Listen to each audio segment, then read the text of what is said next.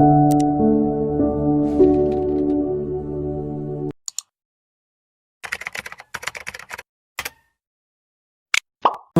P K മീഡിയയുടെ stories ചാനലിൻ്റെ പുതിയ വീഡിയോയിലേക്ക് അവർക്കും ഹൃദ്യമായ സ്വാഗതം. ഡെമോക്ലീസിൻ്റെ ഖഡ്ഗം അഥവാ ഡെമോക്ലസിൻ്റെ വാൾ, സോഡ് ഓഫ് ഡെമോക്ലസ് എന്നൊക്കെ അറിയപ്പെടുന്നത് ഒരു ശൈലിയാണ്. ഭയപ്പെടുത്തുന്ന ഒരു കാര്യം മനസ്സിൻ്റെ സ്വസ്ഥത കെടുത്തുമ്പോഴാണ് വളരെ പ്രതീകാത്മകമായി പലരും ഈ ശൈലി ഉപയോഗിക്കുന്നത്.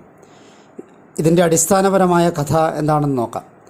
പ്രാചീന ഇറ്റലിയുടെ അഥവാ ഇന്നത്തെ ഗ്രീസിൻ്റെ ഭാഗമായിരുന്ന സിറാക്കൂസ് എന്നു പേരുള്ള രാജ്യത്തെ സ്വേച്ഛാധിപതിയായ രാജാവായിരുന്നു ഡയോണേഷ്യസ്. കൊട്ടാരത്തിലെ പ്രധാന സ്തുതിപാഠകരിൽ ഒരാളാണ് ഡെമോക്ലസ്. രാജാവിനെ ഏറെ പ്രിയപ്പെട്ടവനായിരുന്നു ഡെമോക്ലസ്. രാജാവിനെ സത്യവിരുദ്ധമായി പ്രശംസിച്ച് ധാരാളം സമ്മാനങ്ങൾ ഡെമോക്ലസ് വാങ്ങുമായിരുന്നു. രാജാവിനെ അദ്ദേഹം സ്തുതിക്കുമ്പോഴും ജനഹിതം മാനിച്ചല്ല രാജാവ് ഭരണം നടത്തുന്നത് എന്ന് ഡെമോക്ലസ് തിരിച്ചറിഞ്ഞിരുന്നു. അതിനാൽ രാജാവിൻ്റെ പല ഏകാധിപത്യ പ്രവണതകളെയും ഡെമോക്ലസ് മാറിയിരുന്ന് മറ്റുള്ളവരോട് പരിഹസിച്ചിരുന്നു.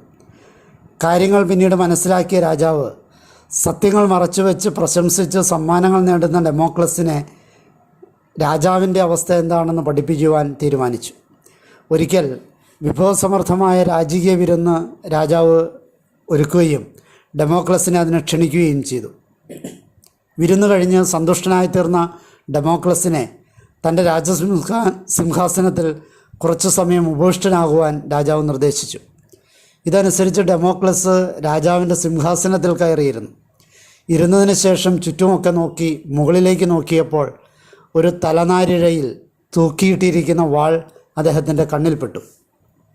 ചുണ്ടിലൂറുന്ന പരിഹാസച്ചിരിയുമായിരിക്കുന്ന രാജാവിനെ കണ്ടപ്പോൾ രാജാവ് തന്നെ പരീക്ഷിക്കുകയാണ് എന്ന് ഡെമോക്ലസിന് മനസ്സിലായി.